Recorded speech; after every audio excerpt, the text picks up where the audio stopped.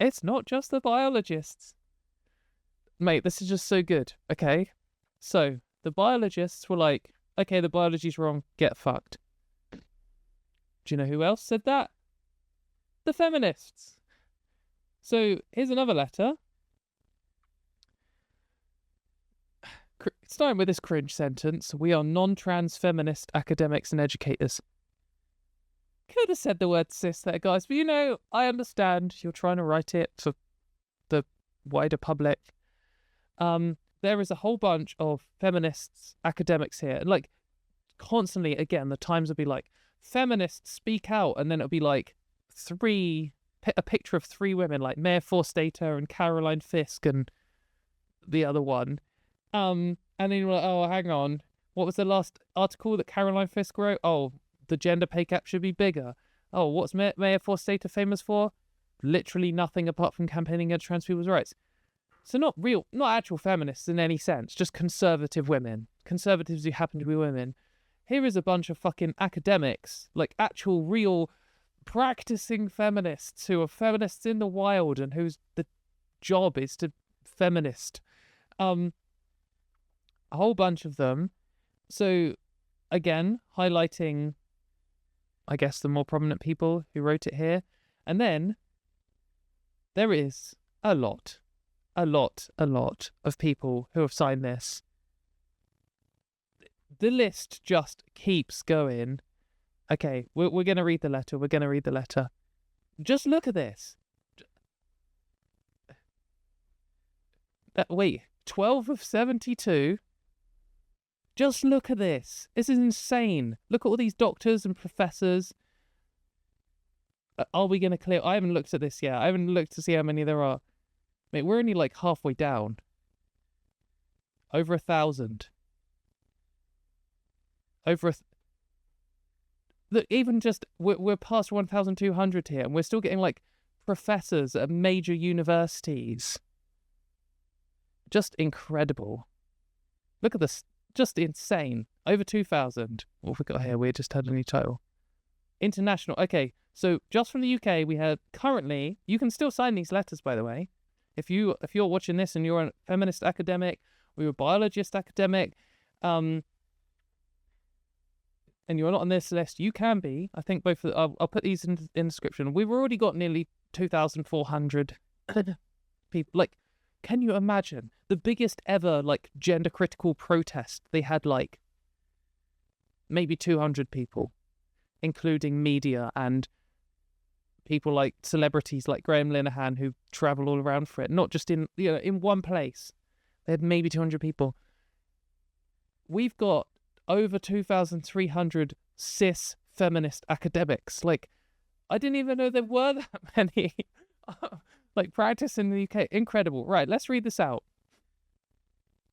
We are non-trans feminist academics and educators. We write in support of trans rights, trans well-being, and trans inclusion. The harmful Supreme Court ruling states that women and men are defined by their biology and their birth sex.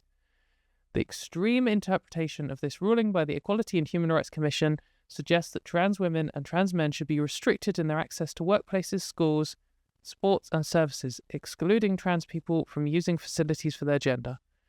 Anti-trans campaigners say they want to exclude trans women from women's spaces in order to protect cis women. We do not need protection from trans people. We need action against sexual harassment, rape, domestic violence, and everyday sexism. We need policies that guarantee women get equal pay for their work, affordable childcare, and the eradication of childbirth-related deaths. And we need the state to stop the violence that trans people face at the hands of cis men and cis women. Starting off strong, brutal. This is amazing. I'm feeling really energized by this, guys. I hope you all are. It's amazing to see. We need to stand together in defense of everyone's bodily autonomy, gender expression, reproductive rights, and individual freedoms. We cannot have a state or society that checks people's genitals when they go to the toilet, go to work or school, play sports, access healthcare, or use facilities. We unequivocally reject the idea that women can be...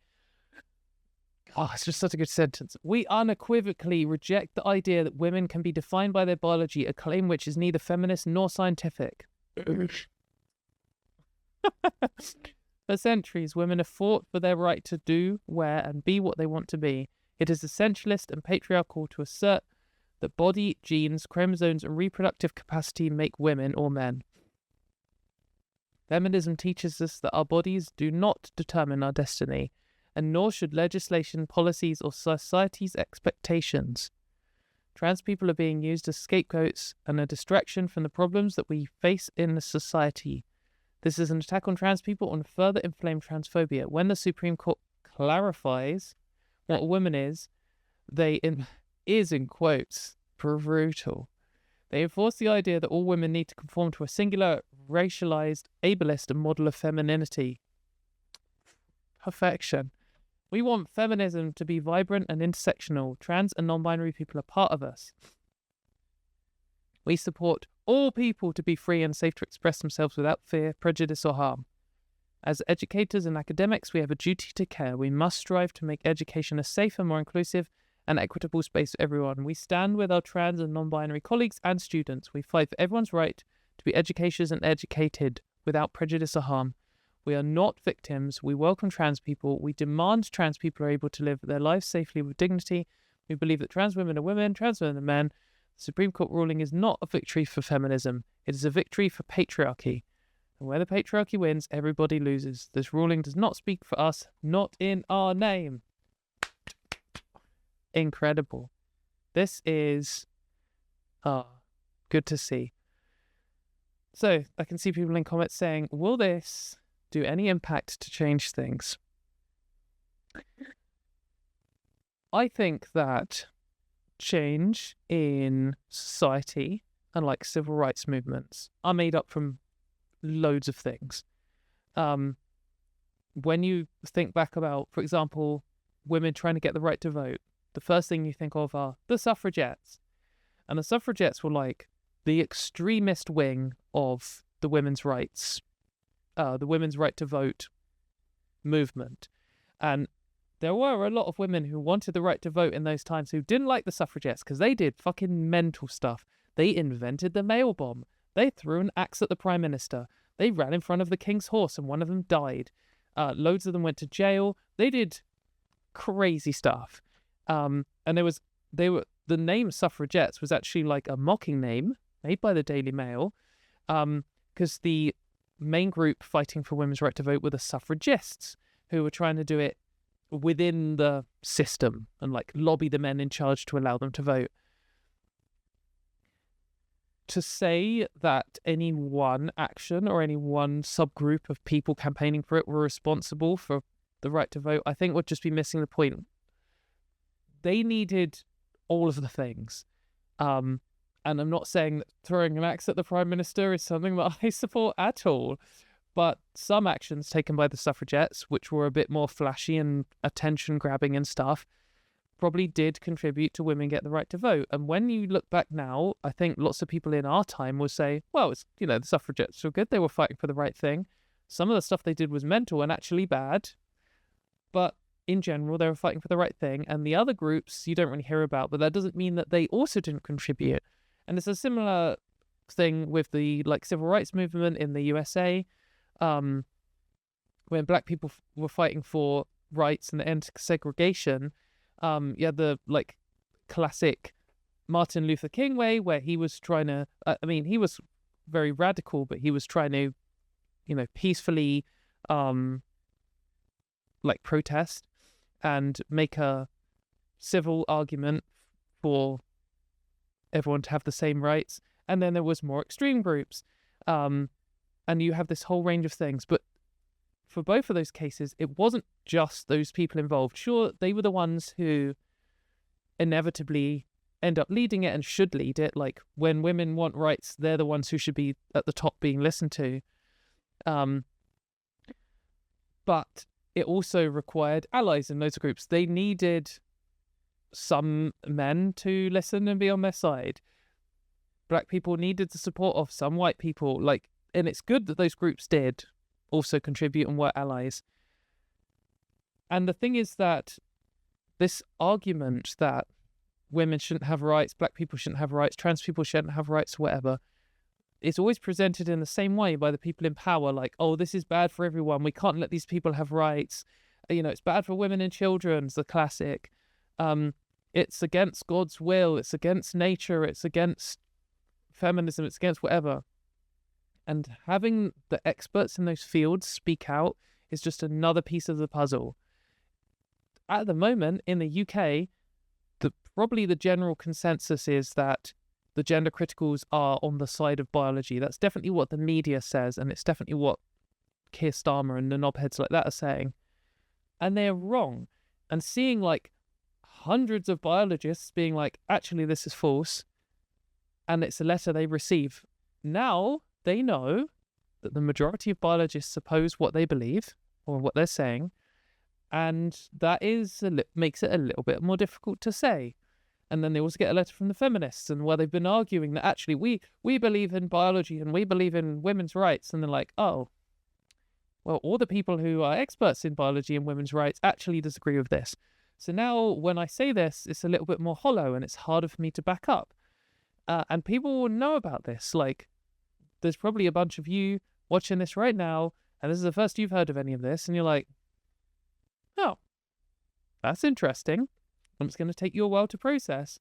But now you will know going forwards that biologists and feminists generally, or lots of them, thousands of them, major ones at major universities with real qualifications, don't agree with the transphobic position. So maybe the transphobic position has other things, maybe not even calling it transphobic, maybe the anti-trans position has other things, but what it doesn't have is the mainstream biological backing or the mainstream feminist backing. And slowly those things chip away, and that's how society changes its view over time.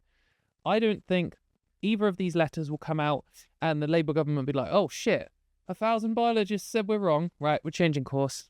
That isn't how politics works. What is needed is hundreds of things from all different angles, sustained constantly over time, and to keep talking about them. We can't just have this letter come out and then just be like, cool, done that, next. Neat. Remember that time when like thousands of biologists told you to fuck off? Yeah, okay. Well, they're doing it again. But also remember that other time. Like, so I keep referring to the ones that like all the American biologists and experts wrote about. It's worth bringing these things up. So is this making change? Yes. And also another change it's making is making me pretty hype. I feel like I almost feel right, okay. So in 2020, when J.K. Rowling came out as transphobic, Graham Linehan had a little on his knees praying to the gods moment, which I don't know if he described it as it or if one of his goons described it as a bit like in Lord of the Rings, Two Towers, where like they're having a horrible fight in Helm's Deep and they're keeping back the Uruk-hai, and then all of a sudden at dawn, Gandalf arrives and saves the day and marches down the hill, and the cavalry's arrived, and finally we're saved. Like, we were in our darkest hour and we're saved. And that's how he described J.K. Rowling turning up. And that is because gender criticals only care about authority and hierarchy, and it's just a conservative position. So when a billionaire shows up, finally, like, common sense has arrived. We are free. Everyone, like, this is our moment. This is our, vindication moment. I kind of feel like that when experts come out. Like, I'm less interested in authorities. It would be great if the Prime Minister, the President, the King, the Pope, whoever was like, oh yeah, well, we support trans rights now. That would be great.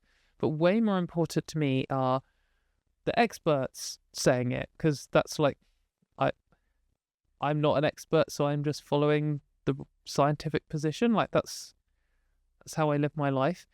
But yeah, it's giving me energy and confidence knowing that I'm on the right track and that all of these experts are also pushing for the same thing, and hopefully it gives you energy too. So I think that these things all add up. They're all small, pieces of the puzzle.